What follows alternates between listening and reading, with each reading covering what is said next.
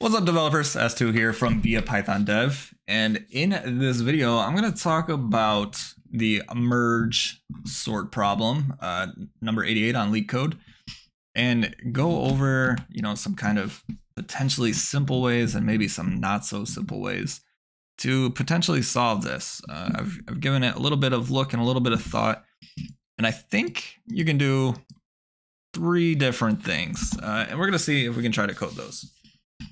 The first one, obviously, you have nums1, which is a sorted array that could look like 1, 2, 3, 0, 0, 0. And then you have nums2, which is a sorted array, which could look like 2, 5, 6. And then you have a number n, which is the length of nums2. Initially, I wasn't sure what n was super useful for, but then I kind of considered a few things. Obviously, if nums2 is empty, you probably just want to return nums1. So there's one of the clarifying questions. What do we do if nums2 is empty? And then the person should say, return nums1. Another thing, could nums be negative? Could we have a array that looks like -3, -2, -1, 0, 0, 1, 0, 0? In that case, you need to potentially do some tricky things. And then they'd be like, yes, the numbers can be negative. But then you can use the information about nums2 to figure out how to deal with that case. So let's think about what we can do. If we know that, let's extend out our comments here and give an example. Nums1 could be 1, 2, 0, 0. Nums2 could be 2, 3. In which case, our merged equals 1, 2, 2, 3. So naturally, the easiest thing I can think of is take number 2 and 3, put them in the end, and then sort it. That solves the problem. Seems easy. Why not? We have this list of n. We know where we can start inserting things at. And I think, that's all we need to do. So while let's make a p2 pointer. While p2 is less than or equal to, this probably even just solves the case of where nums2's length is equal to none. Because it's not even going to go in this, and it's just going to return nums1, and then everything's going to be happy. So while p2 is less than n, which is the length of nums2, we need to insert this into this, which I'm pretty sure this is just -2.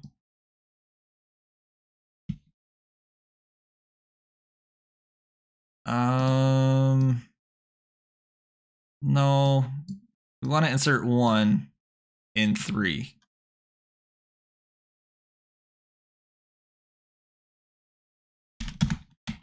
Which I think is fine. So L1 equals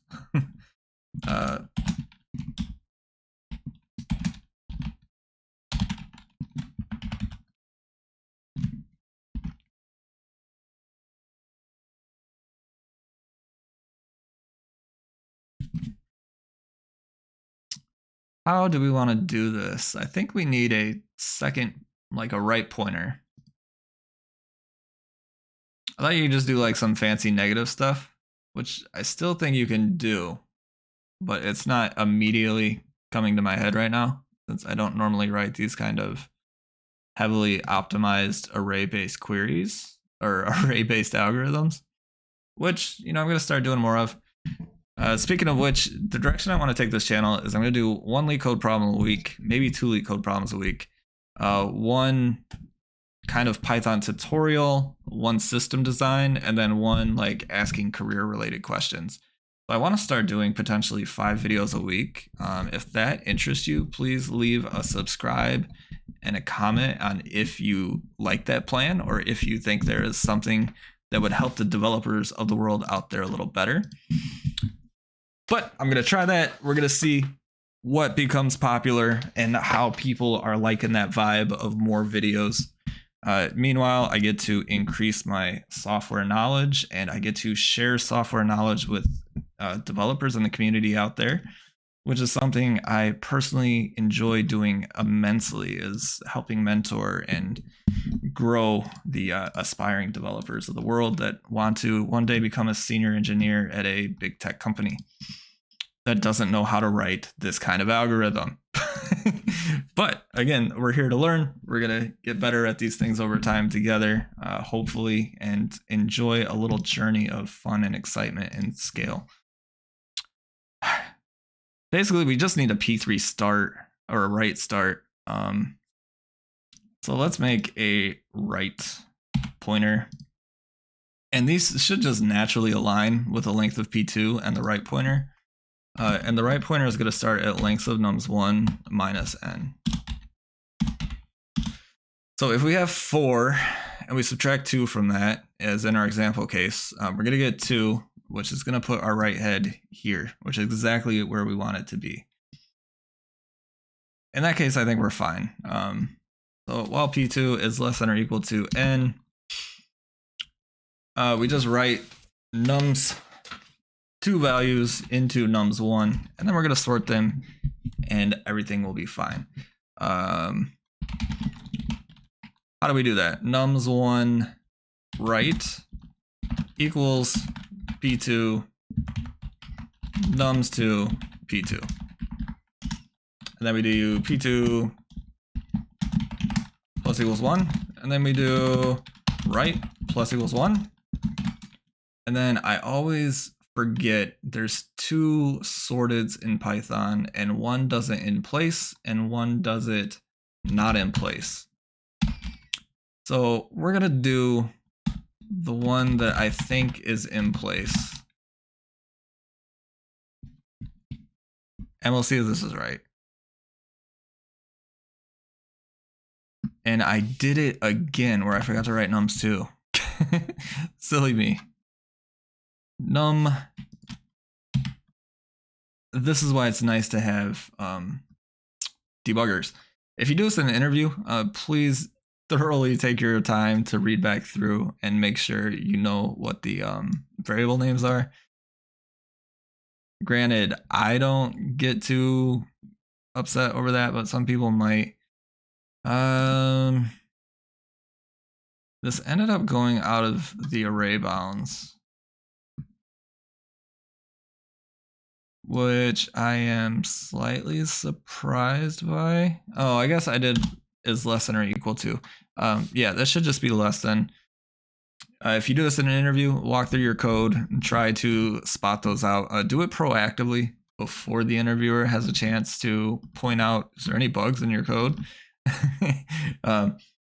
As we do this more, we talk about it more, everything becomes habits. Habits build up into new habits, and then you can habit chain and have very successful times.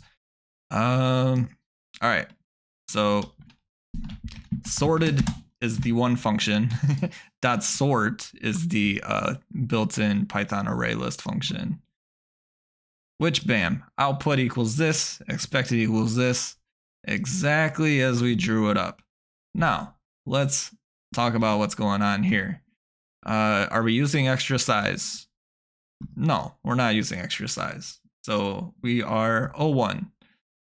Well, technically, we're OM plus N.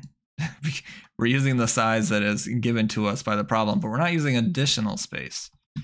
From a CPU perspective, we are doing this sorted algorithm, which, depending on which Python uses, is it a quick sort, is it a heap sort, may or may not use different sort, or different.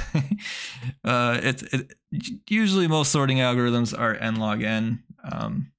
Space-wise, I don't remember what dot sort uses space-wise, if it's using a quick sort or a heap sort in the backend.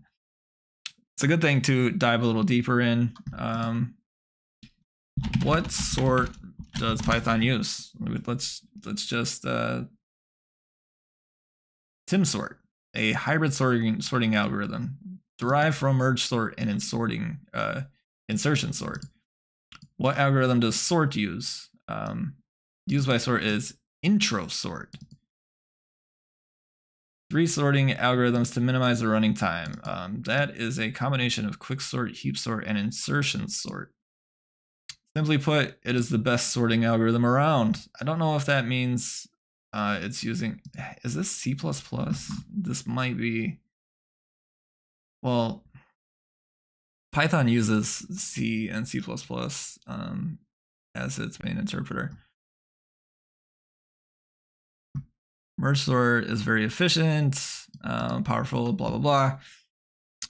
Yeah, it's good to prepare ahead of time what kind of sorting is doing what, and memorize the difference between merge sort, heap sort, bubble sort, which is the worst sort of all.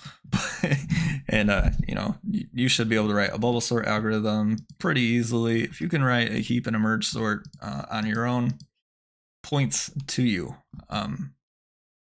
Maybe we'll do that in one of the videos, but obviously that's not what we're here for. We're doing this and this works. Everything is good, but we are using n log n extra CPU complexity.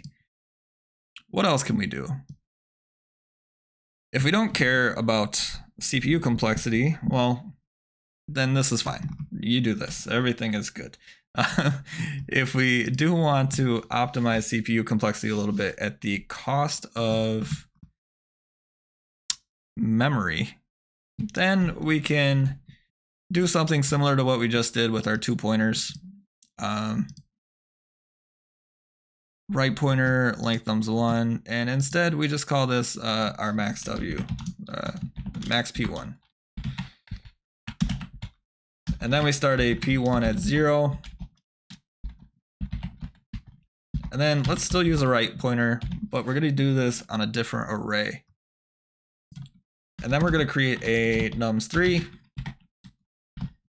And nums3 is going to be a, I'm pretty sure it's just it's going to be a copy of nums1. If we just assign nums3 directly to nums1 and then we started putting values into nums3, it's going to alter nums1 because that's just the way Python is. So while W is less than N, so the length of our right pointer is less than the length of our N pointer. Cool. The problem with this is, can you reassign, or do you need to traverse over it again at the end? We'll try this and we will see if we can do a direct assignment. If so, that will save us a good bit of CPU time, especially if the length of N is hundreds of thousands of elements long. So while W is less than N, now we want to do a fancier little thing. So we're going to compare 1 and 2. 1 is smaller, so 1 is going to go into our nums3. Let's just quickly show this. So compare 1 and 2. 1 is smaller, so 1 goes in. Compare 2 and 2. 2 is smaller, so 2 goes in. We increment our pointer. So this is at 3. This is at 0. 3 is greater than our max P1 because we only, or we understand that we only take 2 values from nums1, 2 values from nums2, combine them. So that's where we're going to use this max P1. This will help us figure out how many trailing zeros are at the end. In the case you had something like -1 and 0, and we needed to know that that 0 is significant. So that's why we need a max P1.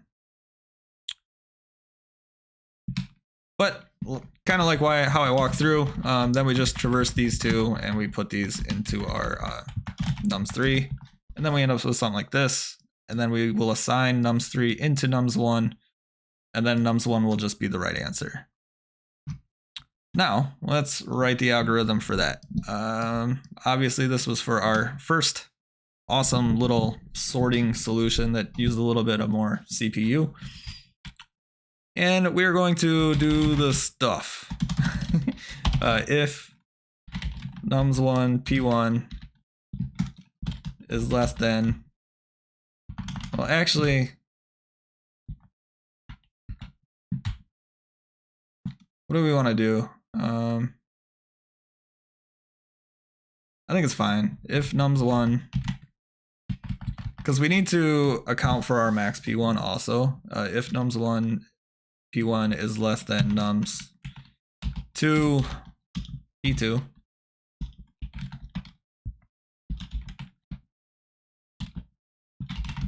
and p1 is less than max p1. So obviously, if our pointer 1 is outside of the bounds of what we want to check, we don't want to do anything with it because it might start inserting zeros where it shouldn't insert zeros. So we're just going to make nums1 w equal nums1 nums3. I don't know why that didn't type. Nums3 w will equal nums1 1, which is actually nums1 p1. And then we need to increment our p1 counter. Else, also at the end of both of these, we need to increment our right counter. So nums3w equals nums2 p2. Increment our nums2 p2 counter, which is just our p2 counter, and I keep hitting the brackets instead of the thing, and then increment the right counter at the end. And here we shouldn't need sort, and we should just be able to reassign nums1 to nums3. I think this will update the memory pointer. And it didn't do the reassignment, which is what I was slightly concerned with. So for that, we just need to do I can't remember if enumerate uses extra. Probably. We'll just do for n in range length. Yeah, length num1.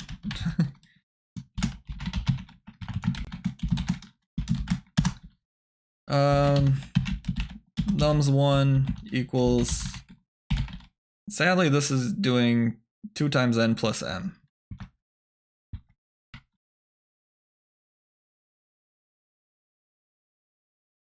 Or, no, it's just doing 2n. CPU's still linear time, but it's slightly bigger than what we want. Nums3 and nums1 and, sorry, got distracted thinking. That should handle our reassignment. Our output is even worse than what it was before. How did that happen?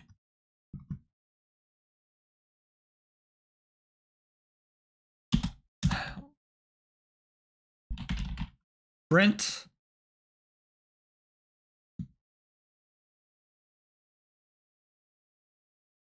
I don't think our AND condition is working.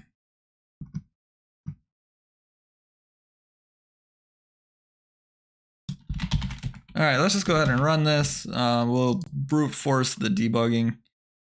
Okay, so that is actually what the array is. And I highly suspect it's because of this. So in the example, this will be 4. How is P1 not, like, why are we inserting zeros into that?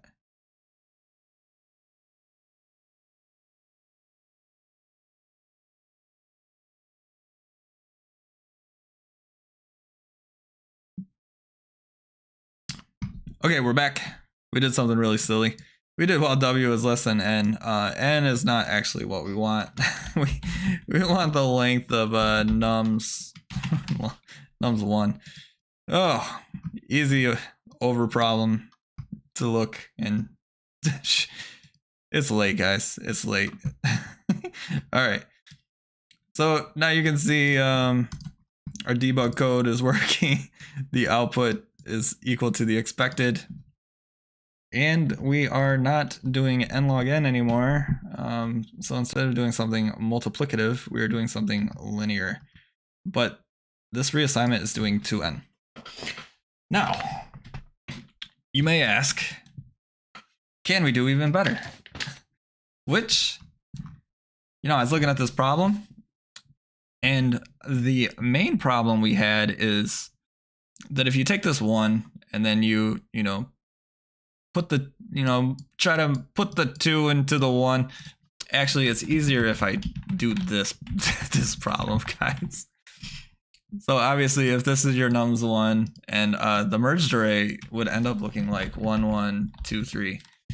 So when you try to insert 1 in place, you need to keep track of this 2. So then you need to put the 2 in, then you need to put the 3 in, and then when you get to this one, you need to do it all over again, and then you end up something that's in the magnitude of n squared, which is why the obvious solution doesn't work. Like if you see 1, you insert into this, and then you move these over, so you'd have 1, 2, 3, 0.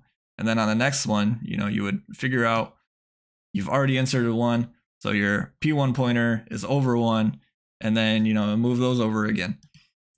But if you don't need to move stuff over, you can actually start at these last values, since they will always be greater. And then instead of looking at things less than, look at the biggest elements and put them in at the end of the array. I know, right? Pretty cool. And then yeah, and then you decrement.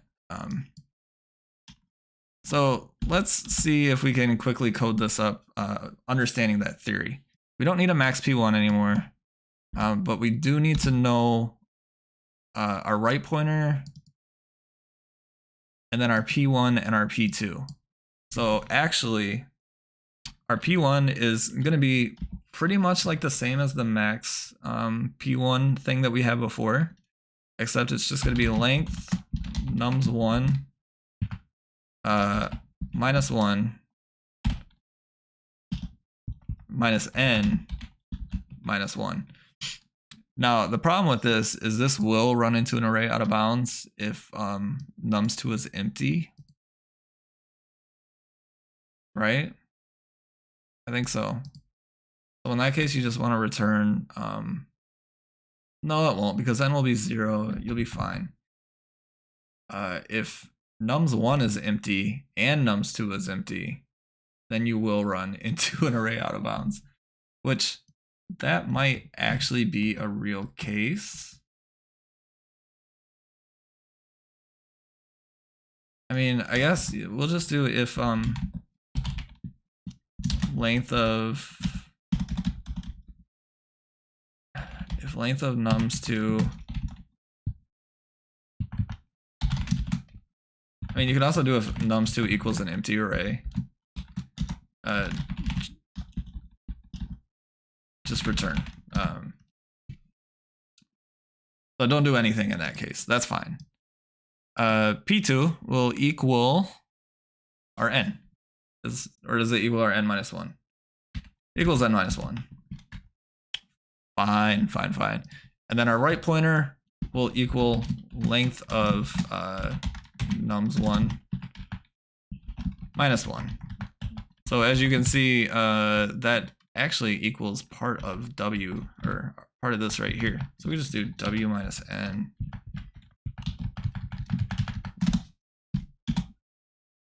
And then we need to move this guy up, and this is actually slightly more readable. And the benefit of this solution is we're not going to need this extra memory. So this is the more optimal solution. Now, what do we want to do with this while w is greater than 0?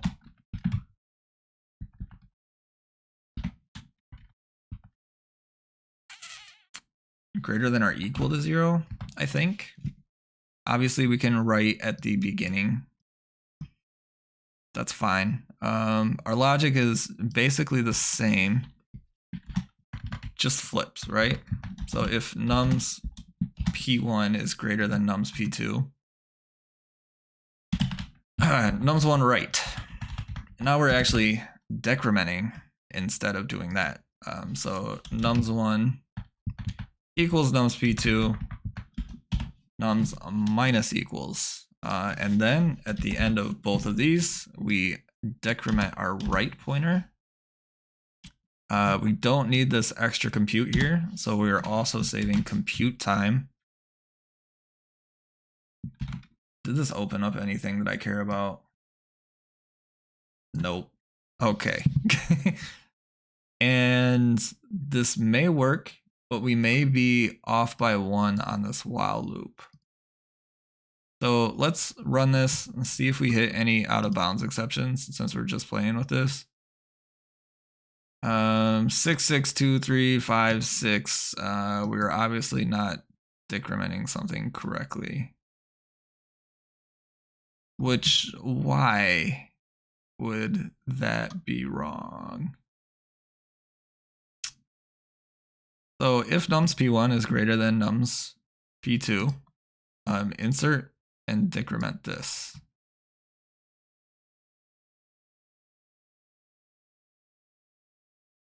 Which now we are looking at this value. So this moves over to here, and then our pointer goes to here. This stays here. This goes here. This pointer goes to 0. So I guess if the nums pointer is equal to -1, we just write the values from this.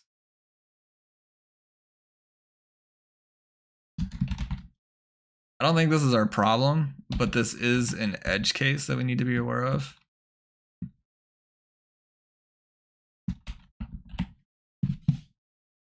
So if P1 is greater than or equal to 0, do this stuff. Otherwise, do this stuff. And then that means we will have moved these. Our P1 is at -1, and then we just need to copy these ones in. That seems easy. I don't think this fixes our code. Definitely doesn't. But we insert the 6 and the 5 correctly. The 3 stays in the right spot.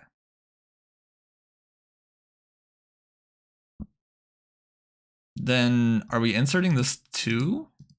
Maybe.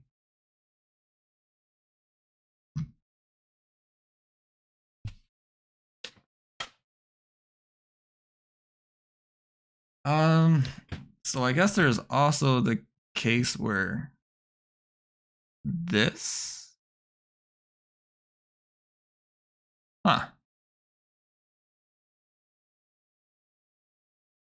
Let's take a second to think about what's going on, and I'll let you know after I figure it out. Okay, guys, we're back. And apparently I found out what it is. So in the test case here, in what we talked about, everything is fine. So we're going to move 3 over, we're going to move 2 over, we're going to put 1 in, and then we're going to put 1 in. But in the case where we have 4 and 4, so we're going to put 4 in, and then we're going to put 4 in again. And when we do that, the pointer here is going to go from 1 to 0 to -1. And then with the way Python works, it's when we look at nums2 of -1, it looks at the last value. So that's why I was inserting the 6 and the 6. But what we really need to do is our while condition isn't actually while our right pointer still has things in. We're basically done once we've inserted all of the nums2s in, because that will always guarantee we're in a sorted order. For example, if 4, we put in 4 and then we put in 4 and the pointer goes from 1 to 0 to -1. If we're at -1, then we know all of nums2 has been put in, and then we're good. And that even works in this case, like 2, 5. So our first iteration of the loop, we're going to move this over. Second iteration, we're going to insert this 4.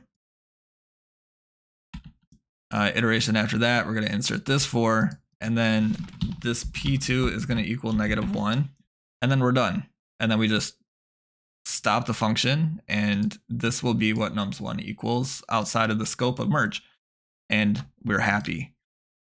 So if we change this while w is greater than or equal to -1 to instead look at our P2 pointer is greater than or equal, well, 0, and it will break when it equals -1. This should actually just work. We didn't change anything else in our function, just the while condition, so that we're not looking at -1, and we're not using Python's negative indexing to look at this. So we considered that case here. We didn't fully think through what would happen once nums2 hit -1.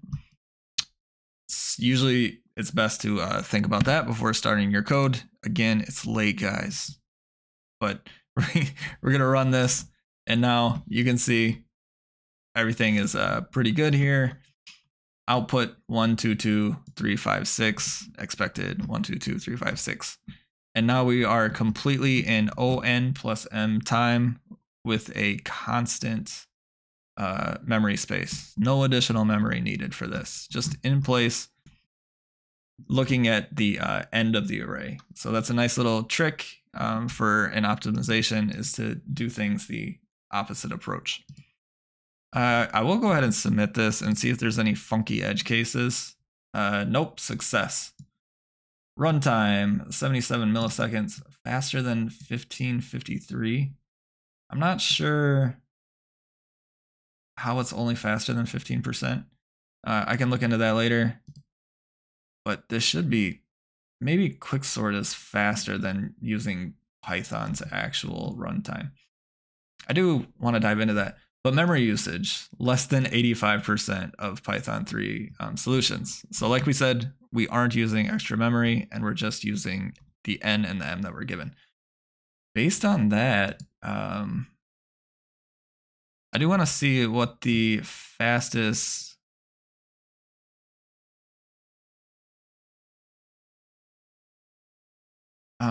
they're using an empty array, then they're appending. Oh, this is wrong code. That was some old answer.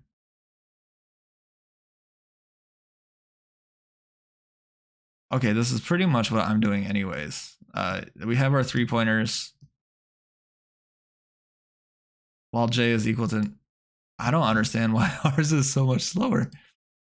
Well, that's a weird thing about Leet code sometimes, I guess. Maybe, is this check? I don't know, guys. I don't know. All right, whatever. If you know why this is saying this uses 80 milliseconds when the other one was using 30 milliseconds and they are similar code, let me know in the comments. I hope this talk on the 3 different ways to solve this problem, and each one, you know, biasing on different things, considering different trade-offs, and then ultimately writing the optimal solution that, you know, ran in constant time, linear CPU. It's important to keep that analysis intact, and I hope you guys enjoyed this.